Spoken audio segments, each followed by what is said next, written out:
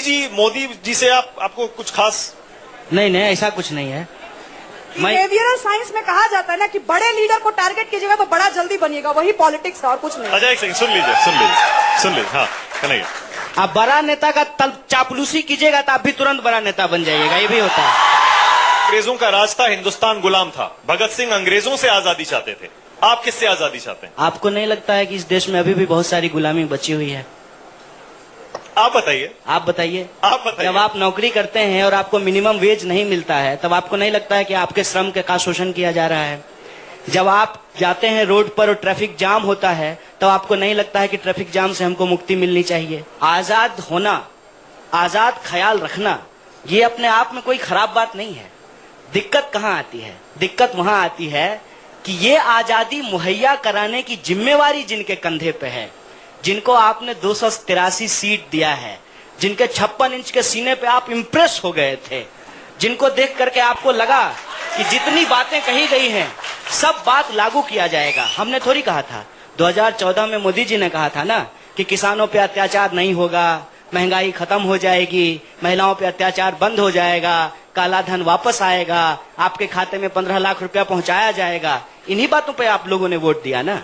लोगों ने जब वोट दिया तो उन्होंने ये जिम्मेवारी ली कि लोगों की जो समस्याएं हैं उन समस्याओं से उनको आजादी दिलाया जाएगा। और वो आजादी यदि उनको नहीं मिल पा रही है तो बतौर नागरिक मैं यहाँ आपसे रिक्वेस्ट करना चाहता हूँ कि सीपीआई, सीपीएम, प्रकाश करात, सीताराम येचुरी, डी राजा, लाल, भगवा, उस बहस में मत जाइए।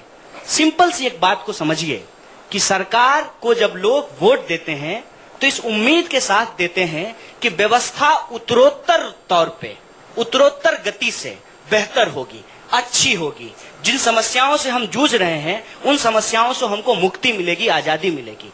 बहस इस बात पे होनी चाहिए। देखिए, लेफ्ट राइट करके, ये एनसीसी का हम लोग परेड नहीं कर रहे हैं कि लेफ्ट राइट करके आप असली मुद्दों को गुमराह कर देंगे।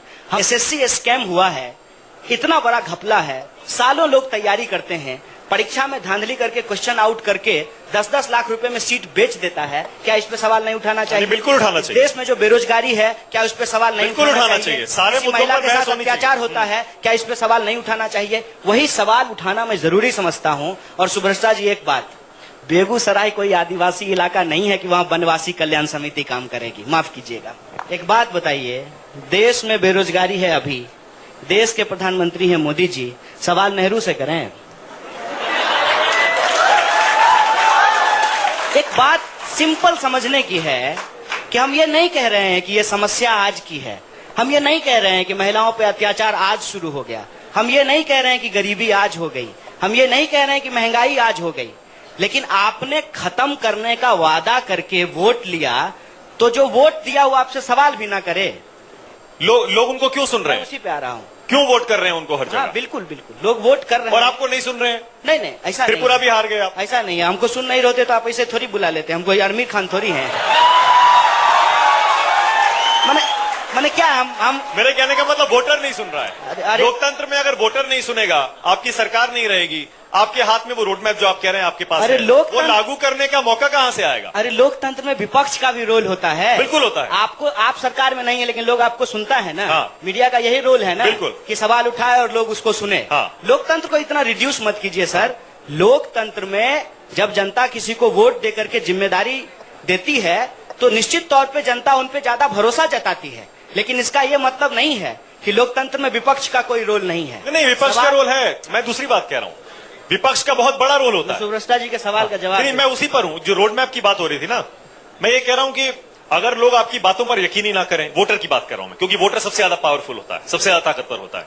अगर वो एक विचारधारा को, एक आइडियोलॉजी को बार बार रिजेक्ट कर रहा है, हर जगह से रिजेक्ट करते जा रहा है, तो उससे क्या संदेश मिलेगा? कौन सी विचारधारा बार बार रिजेक्ट हो गई है? गजब बात कर रहे हैं आप। ऐसा लग रहा है कि प्रधानमंत्री जी का भाषण ध्यान से सुनते नहीं हैं। प्रधानमंत्री जी बार बार कहते हैं कि 70 साल इस देश में कांग्रेस ने राज किया है, तो कांग्रेस को 70 साल जनता ने एक्सेप्ट किया ना। हाँ। इस बात को बदल क्यों रहे हैं? हाँ। भाजपा को आए हुए कितना दिन हुआ है? भाजपा तो 2014 में आई, इससे पहले तो कांग्रेस ही थी ना। जिस त्रिपुरा को आप जीतने की बात कर रहे हैं, 25 साल से तो वहाँ सीपीएम ही था ना। केरल में अभी जो है, देखिए इतना आप कह रहे वापस आएंगे। नहीं, ये देखिए, मैं ये कह रहा हूँ कि बहस को शोरगुल में नहीं तब्दील करना चाहिए।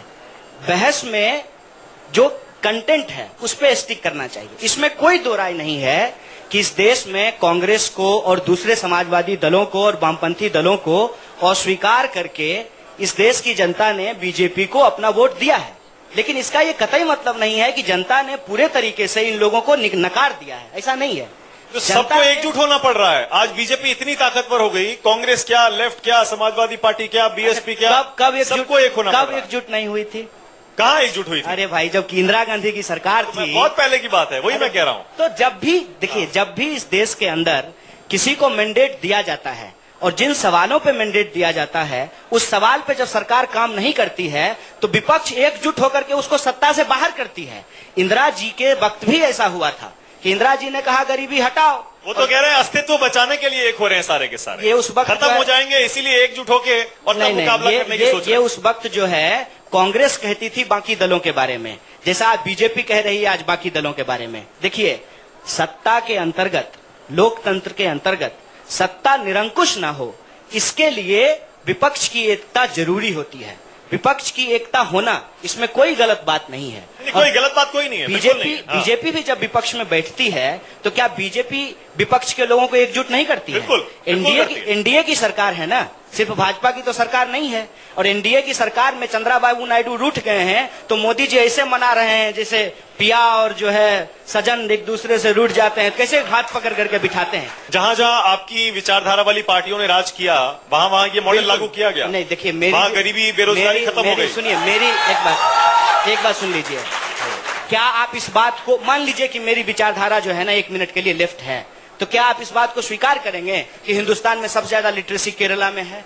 क्या इस बात को अस्वीकार करेंगे कि वहां सबसे ज्यादा प्रॉस्पेरिटी है? क्या इस बात को आप अस्वीकार करेंगे कि वहां महिला और पुरुष का रेशियो जो है वो महिला का ज्यादा है, पुरुष का कम है? क्या इस बात को आप अस्वीकार करेंगे कि वहां ट्रैफिक सिस्टम अच्छा है? क्या इस बात को आप स्वीकार करेंगे कि वहां जो पब्लिक हेल्थ है हिंदुस्तान में सबसे बेटर है? देखिए, कहने का मतलब क्या है, कांग्रेस और बीजेपी 70 साल में नहीं कर पाई। मुझे ऐसा लग रहा है मोदी जी डिजिटल इंडिया का भाषण दे रहे हैं। बोलिए, कंटिन्यू करिए। हाँ, नहीं, मैं वैसे ही एक सवाल और। सुब्रस्ता जी, मोदी जी बहुत बड़े आदमी हैं। बोला उतना बड़ा आदमी। बोला। ठीक है, हम सवाल मोदी जी सवाल आपसे पूछे, हमसे पूछिए मत। बहुत सवाल पूछते हैं आप लोग, बोर कर दिए मर्दे सवाल पूछ के। सुनिए ना, सवाल तो हम आपसे पूछ ही नहीं रहे थे।